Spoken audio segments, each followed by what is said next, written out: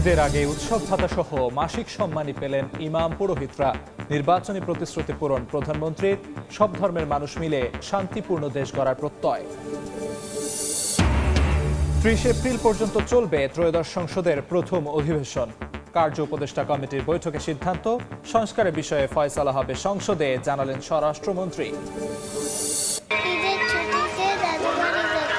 এবার তুলনামূলক আগের চেয়ে অনেক ভালো দেখছি। স্বজনের সঙ্গে ঈদ করতে ছুটছে মানুষ। ট্রেনে স্বস্তির যাত্রা, চাহিদা মতো তেল না পাওয়ার অভিযোগ লঞ্চ মালিকদের। নিরাপত্তা নিশ্চিতে তৎপর পুলিশ। দেশের জ্বালানি সরবরাহ ঠিক রাখতে রাশিয়ার তেল কেনার চিন্তা সরকারের।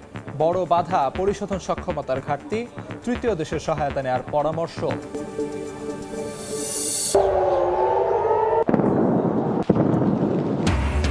ইসরায়েলে ফের ক্ষেপণাস্ত্রের আঘাত ইরানের। তেহরানের লাইফলাইন খার্গ দ্বীপে মার্কিন হামলা। মধ্যপ্রাচ্যে মেরিন সেনা মোতায়েনের সিদ্ধান্ত।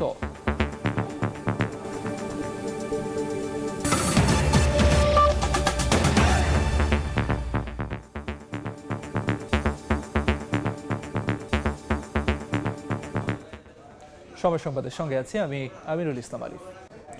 ঈদের আগেই উৎসব ভাতা সহ মাসিক সম্মানী পেলেন ইমাম পুরোহিতরা। প্রায় ৬৫০০ ধর্মীয় উপাসনালয় দিয়ে পাইলট প্রকল্প উদ্বোধন করলেন প্রধানমন্ত্রী তারেক রহমান। বললেন, ভোটের কালি মোচনের আগেই প্রতিশ্রুতি বাস্তবায়ন শুরু করেছে সরকার।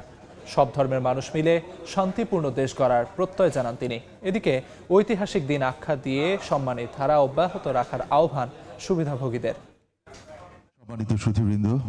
বিএনপির নির্বাচনী প্রতিশ্রুতি অনুযায়ী ১০,০০০ টাকা পর্যন্ত সুদসহ কৃষি ঋণ মওকুফ ও ফ্যামিলি কার্ডের পর শুরু হলো ধর্মীয় উপাসনালয়ে কর্মরতদের সম্মানী প্রদান। রাষ্ট্র পরিচালনার দায়িত্ব নেয়ার ২৫ দিনের মাথায় শনিবার সকালে রাজধানীর ওসমানী মিলনায়তনে পাইলট প্রকল্পের কার্যক্রমের উদ্বোধন করেন প্রধানমন্ত্রী তারেক রহমান।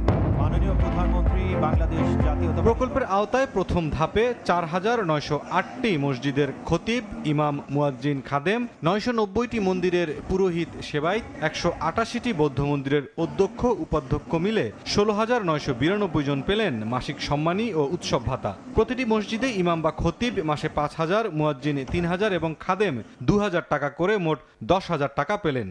অন্য উপাসনালয়ের পুরোহিত ও বিহার অধ্যক্ষরা ৫,০০০ এবং সেবায়েত ও উপাধ্যক্ষরা ৩,০০০ করে পেলেন মোট ৮,০০০ টাকা। এছাড়া ২,০০০ টাকা করে দেয়া হয় উৎসব ভাতাও। আমার এই প্রাপ্তি আমার পরিবার, সমাজ আমাকে সম্মানিত করবে। বর্তমান সরকারের এ ধরনের ভাতা প্রদান কার্যক্রম মাননীয় প্রধানমন্ত্রী যুগান্তকারী সিদ্ধান্ত। সরকারের ভাতা প্রদান কার্যক্রম সত্যি প্রশংসনীয়। অনুষ্ঠানে স্মারক চেক তুলে দিয়ে প্রধানমন্ত্রী তারেক রহমান বলেন, ভোটের কালি মুছে যাওয়ার আগেই প্রতিশ্রুতি বাস্তবায়ন শুরু করেছে তার সরকার। যারা অর্থনৈতিকভাবে পিছিয়ে রয়েছেন তাদের জন্য একটি সম্মানী বা আর্থিক সহায়তা কিংবা কর্মসংস্থান সৃষ্টির মাধ্যমে আর্থিক বৈষম্য দূর করে আমরা সবাই মিলে একটু শান্তিতে একটু ভালোভাবে থাকব। ভোটের কালি নখ থেকে মোচনের আগেই আমরা আমাদের সকল প্রতিশ্রুতি ধারাবাহিকভাবে বাস্তবায়নের কাজ শুরু করেছি। সব ধর্মের মানুষ মিলে শান্তিপূর্ণ দেশ গড়ার প্রত্যয় জানান সরকার প্রধান। বলেন, জেলা উপজেলায় আইন শৃঙ্খলা রক্ষা কমিটির সদস্য হিসেবে একজন ধর্মীয় নেতাকে রাখার সিদ্ধান্ত নিয়েছে সরকার। কেউ যেন আমাদের মধ্যে বিভেদ সৃষ্টি করতে না পারে।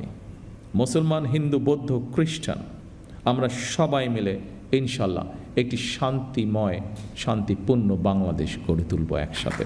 দেশের প্রতিটি নাগরিকের রাজনৈতিক এবং অর্থনৈতিক ক্ষমতায়ন নিশ্চিত করার মাধ্যমে আমরা আমাদের দেশকে একটি শক্তিশালী ভিত্তির উপরে প্রতিষ্ঠিত করতে চাই, যাতে করে আর কোনো ফ্যাসিবাদ কিংবা তাদের তাবেদার অপশক্তি মানুষের স্বাধীনতা কেড়ে নিতে না পারে। আগামী ৪ বছরে ধাপে ধাপে সব ধর্মীয় উপাসনালয়ের দায়িত্বপ্রাপ্তদের এ সম্মানীর আওতায় আনবে সরকার। কর্মসূচি বাস্তবায়নে রাষ্ট্রের বার্ষিক ব্যয় হবে প্রায় ৪,৪০০ কোটি টাকা। সরকারি বা দেশি বিদেশি সংস্থার অনুদানপ্রাপ্ত ধর্মীয় প্রতিষ্ঠান এ সুবিধার বাইরে থাকবে। মুরসালিন হক জুনায়েদ, সময় সংবাদ, ঢাকা। ৩০ এপ্রিল পর্যন্ত চলবে জাতীয় সংসদের প্রথম অধিবেশন। ঈদের আগে অধিবেশন শেষ হবে কাল। জাতীয় সংসদ ভবনে ত্রয়োদশ জাতীয় সংসদের কার্য উপদেষ্টা কমিটির প্রথম বৈঠক শেষে একথা জানান অর্থমন্ত্রী আমির খসরু মাহমুদ চৌধুরী। বৈঠকে সভাপতিত্ব করেন স্পিকার মেজর অবসরপ্রাপ্ত হাফিজ উদ্দিন আহমদ। যোগ দেন প্রধানমন্ত্রী তারেক রহমান, বিরোধী দলের নেতা ডাক্তার শফিকুর রহমান সহ কমিটির সদস্যরাও। বৈঠক শেষে স্বরাষ্ট্রমন্ত্রী সালাউদ্দিন আহমদ বলেন, সংস্কারের বিষয়ে ফয়সালা হবে জাতীয় সংসদে। সংসদের এই অধিবেশন, প্রথম অধিবেশন কতদিন চলবে এবং কি কি আলাপ আলোচনা হবে, কি কি আইন উত্থাপন হবে ইত্যাদি, এবং কত ঘন্টা আলোচনা হবে মহামান্য রাষ্ট্রপতির ভাষণের উপরে ইত্যাদি, এই বিষয়গুলো আলোচিত হয়েছে, সিদ্ধান্ত হয়েছে। বিশেষ কমিটি যেটা গঠিত হয়েছে, এই বিশেষ কমিটির উদ্দেশ্য হলো যে সংসদে বিভিন্ন মন্ত্রণালয় সম্পর্কিত স্থায়ী কমিটিগুলো গঠিত হওয়ার আগ পর্যন্ত ট্র্যাডিশন অনুসারে এই বিশেষ কমিটি গঠিত হয়। তো অধ্যাদেশগুলো, বিলগুলো যেগুলোই আসবে এগুলো বিশেষ কমিটিতেই পাঠানো হবে, সেখানে যাচাই বাছাই হয়ে তারপরে রিপোর্ট আকারে সংসদে উত্থাপিত হবে। রোববারের মধ্যে সংস্কার পরিষদের অধিবেশন না ডাকলে রাজপথে নামার ঘোষণা দিয়েছে 11 দলীয় ঐক্য। দুপুরে মগবাজারে 11 দলীয় ঐক্যের লিয়াজ কমিটির জরুরি বৈঠক শেষে কথা জানান জামায়াতে ইসলামের সহকারী সেক্রেটারি জেনারেল হামিদুর রহমান আজাদ। বলেন, হ্যাঁ ভোটের পক্ষে প্রচার চালালেও বিএনপির এমপিরা সংবিধান সংস্কার পরিষদের শপথ না নিয়ে জাতিসংঘে বিশ্বাসঘাতকতা করেছে। স্বৈরাচারের দোসরকে বক্তব্য দেওয়ার সুযোগ দিয়ে বিএনপি সংসদকে কলুষিত করেছে বলেও অভিযোগ করেন আজাদ।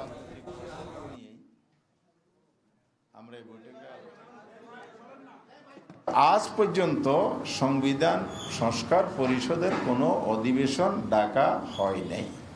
এ নিয়ে আমরা উদ্বিগ্ন। পঞ্জিকা দিবস অনুযায়ী, ক্যালেন্ডার ডে অনুযায়ী এর মধ্যে যদি সরকার সংবিধান পরিষদের অধিবেশন না ডাকে বা ডাকার ব্যবস্থা না করে, সরকারের জন্য আগামী দিনটি শেষ দিন সংসদ অধিবেশন ডাকার। ঈদ উদযাপনে রাজধানী ছাড়ছে ঘরমুখো মানুষ। ট্রেনে সিট না পেয়ে অনেকেই যাচ্ছেন স্ট্যান্ডিং টিকিটে। বাসে বাড়তি ভাড়া আদায় বন্ধে কঠোর অবস্থানে ডিএমপি। চাহিদা মতো তেল না পাওয়ার অভিযোগ করেছেন লঞ্চ মালিকরা। স্বজন পরিবারের সঙ্গে ঈদ আনন্দে মেতে উঠতে শহর ছাড়ছেন রাজধানীবাসী। ধূমকেতু এক্সপ্রেস দিয়ে শুরু হয় দ্বিতীয় দিনের ঈদ যাত্রা। কর্মব্যস্ততার কারণে আগে পরিবারকে বাড়ি পাঠাচ্ছেন অনেকেই, সিট না পেয়ে কেউ কেউ যাচ্ছেন স্ট্যান্ডিং টিকিটে। ঈদ মোবারক, ঈদে দাদু বাড়ি যাচ্ছে। ট্রেনের টিকিট ব্যবস্থাটা মোটামুটি আগের তুলনায় ভালো। স্ট্যান্ডিং টিকিট পাই নাই, এখানে না পাই, কিন্তু ট্রেনের মধ্যে অবশ্যই পাওয়া যায়। তবে শিডিউল বিপর্যয় না হলেও 45 মিনিট দেরিতে ছাড়ে মহানগর প্রভাতী। প্রত্যেকবারই যাই, প্রত্যেকবারই ট্রেন লেট। বিভাগীয় রেল ব্যবস্থাপক ABM কামরুজ্জামান জানিয়েছেন, শিডিউল বিপর্যয়ের কোনো শঙ্কা নেই। চাপ সামলাতে 16 মার্চ থেকে চলবে 5টি বিশেষ ট্রেন। আশা করছি যে সবগুলো ট্রেন রাইট টাইমেই চালাতে পারবো। এদিকে সড়কপথে ঈদ যাত্রা নির্বিঘ্ন ও চাঁদা মুক্ত করতে গাবতলী বাস টার্মিনালে মতবিনিময় সভা করে পরিবহন মালিক শ্রমিক সংগঠন। সেখানে ডিএমপি কমিশনার বলেন, অতিরিক্ত ভাড়া ও টিকিট কালোবাজারি বন্ধে রয়েছে নিয়মিত তদারকি। ম্যাজিস্ট্রেট, বিআরটিসি প্লাস ডিএমপি সহ 2 সিটি কর্পোরেশন এই ম্যাজিস্ট্রেটরাও বিভিন্ন অপতৎপরতা প্রতিরোধ করার জন্য তৎপর থাকবে।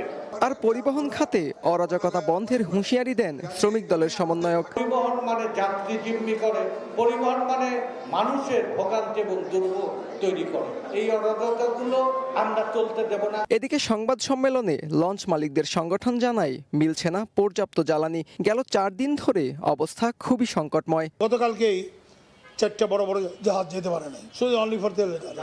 2 দিনের মধ্যে ডিপো থেকে চাহিদা মতো তেল সরবরাহ করা না হলে ঈদে নৌপথে যাত্রী পরিবহন ব্যাহত হবে বলেও জানায় সংগঠনটি। আত্মজ রহমান, সময় সংবাদ, ঢাকা। অমর একুশে বইমেলার শেষ শিশু প্রহর ছিল কলকাকলিতে মুখর। পাপেট শো, মাস্কেট প্রদর্শনী সহ ছিল নানা আয়োজন। প্রকাশকরা বলছেন, এবার বিক্রি প্রত্যাশার তুলনায় কম। শুক্রবার রাতের বৃষ্টির প্রভাবে কিছুটা অগোছালো পরিবেশ থাকলেও সময় মতো খুলে দেয়া হয় বইমেলা প্রাঙ্গণ। অমর একুশে বইমেলার শেষ শিশু প্রহরে বাবা মায়ের হাত ধরে আসতে থাকে শিশুরা। তোমরা সবাই কেমন আছো? বেলা 11:30টায় পাপেট শো শুরুর কথা থাকলেও বইমেলা প্রাঙ্গণে বিদ্যুৎ বিচ্ছিন্ন থাকায় 12:30টায় শুরু হয় মূল অনুষ্ঠান। শিশুদের জন্য ছিল পাপেট শো, মাস্কট প্রদর্শনী সহ নানা বিনোদনমূলক আয়োজন, যা দেখে উচ্ছ্বাসিত শিশুরা। আমি ফার্স্ট টাইম পাপেট শো দেখবো, দ্যাটস ওয়াই আমি এক্সাইটেড ছিলাম। কি ভূতের বই, অনেক রকমের বই ভালো লাগে। আমার রূপদীপুর গল্পটা অনেক ভালো লেগেছে। বইমেলা শেষ হয়ে গেলে আমি আলু আর বুলুকে অনেক মিস করব। এখনো কিনি না, কিনবো। গোয়েন্দা কাহিনী, গানের বই, কবিতার বই। এদিকে বইমেলায় বইছে বিদায়ের সুর। শেষ দিনে বিক্রি কিছুটা বাড়বে বলেও আশা প্রকাশকদের। আগামীকালকেও আছে, অতটুকু ভরসা করা যায় না। ছুটির দিনের মতো বিক্রি অন্য দিন হয় না। রোববার পর্দা নামছে এবারের বইমেলায়। উম্মে হানি, সময় সংবাদ, ঢাকা। এবার ঈদ কেনাকাটার খবর।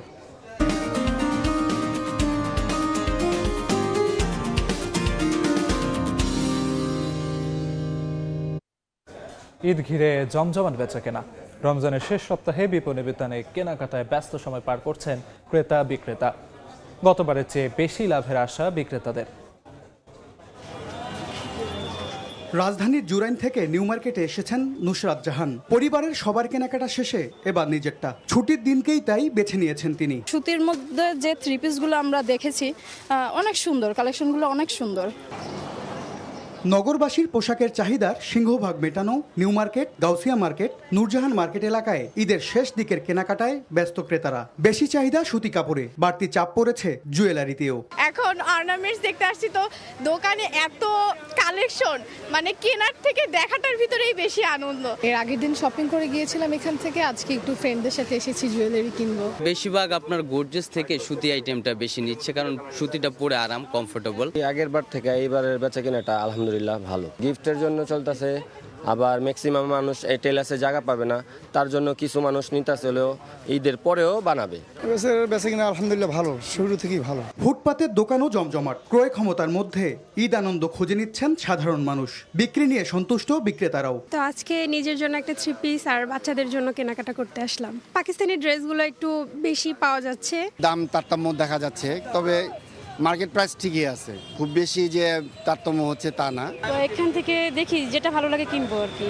অভিজাত শপিং মলে দম ফেলার ফুরসত নেই দোকানীদের। পরিবার ও নিজের পছন্দসই কেনাকাটা শেষে বেশিরভাগই এখন কিনছেন স্বজনদের জন্য।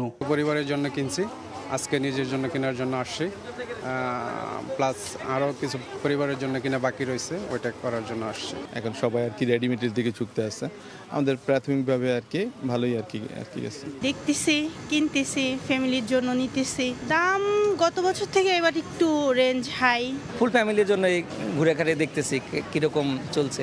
শেষ সময়ে এসে পছন্দ মতো পণ্য পেতে অনেককে বেগ পোহাতে হচ্ছে বলেও জানান ক্রেতা বিক্রেতা। এম এস আরিফিন, সময় সংবাদ, ঢাকা। আন্তর্জাতিক প্রসঙ্গ। ইরানের অর্থনীতির হৃৎপিণ্ড হিসেবে পরিচিত খার্ক দ্বীপে হামলা চালানোর দাবি করেছেন মার্কিন প্রেসিডেন্ট ডোনাল্ড ট্রাম্প। কেন্দ্রটি দেশটির প্রায় 90% তেল রপ্তানি পরিচালনা করে। এদিকে ইসরায়েলে পাল্টা হামলা চালিয়েছে ইরানও। এছাড়া ইরাকে মার্কিন দূতাবাসে ড্রোন হামলা চালানো হয়েছে। একই সঙ্গে সৌদিতে 5টি রিফুয়েলিং বিমান ক্ষতিগ্রস্ত করা হয়েছে। খেলার খবর। বিতর্কিত রান আউটের পর মেহেদী মিরাজের স্পোর্টসম্যানশিপকে কাঠগড়ায় দাঁড় করালেন পাকিস্তানি ব্যাটার সালমান আলী আগা। তবে সমালোচনার মাঝে টাইগারদের বোলিং কোচ মুশতাক আহমেদকে পাশেই পাচ্ছেন মিরাজ।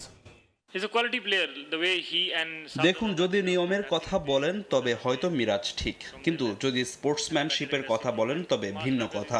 নিয়ম থাকবেই, কিন্তু সেটাকে আপনি কিভাবে কাজে লাগাবেন সেটাও গুরুত্বপূর্ণ। এটা হিট অফ দ্য মোমেন্ট। তবে আমি যদি এমন সুযোগ পেতাম কখনোই প্রতিপক্ষকে আউট করতাম না এবং ভবিষ্যতেও করব না। দেখুন, দুইজন ক্রিকেটারই তাদের জায়গায় ঠিক আছে। সেই মুহূর্তে উইকেটটাও প্রয়োজন ছিল। সালমান আগা ভেবেছিলেন বলটা ডেথ হয়েছে, তবে মিরাজকেও আপনি ভুল বলতে পারবেন না। এ পর্যায়ে শীর্ষ সংবাদগুলো জানিয়ে দিচ্ছি আরেকবার। ঈদের আগে উৎসব ভাতা সহ মাসিক সম্মানী পেলেন ইমাম পুরোহিতরা। নির্বাচনী প্রতিশ্রুতি পূরণ প্রধানমন্ত্রীর। সব ধর্মের মানুষ মিলে শান্তিপূর্ণ দেশ গড়ার প্রত্যয়। এবং 30 এপ্রিল পর্যন্ত চলবে ত্রয়োদশ সংসদের প্রথম অধিবেশন। কার্য উপদেষ্টা কমিটির বৈঠকে সিদ্ধান্ত, সংস্কারের বিষয়ে ফয়সালা হবে সংসদে, জানালেন স্বরাষ্ট্রমন্ত্রী।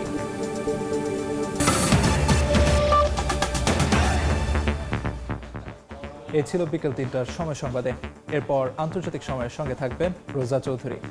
ধন্যবাদ আলিফ। আন্তর্জাতিক সময় নিয়ে আসছি কিছুক্ষণ পর, সঙ্গে থাকুন সময়ের।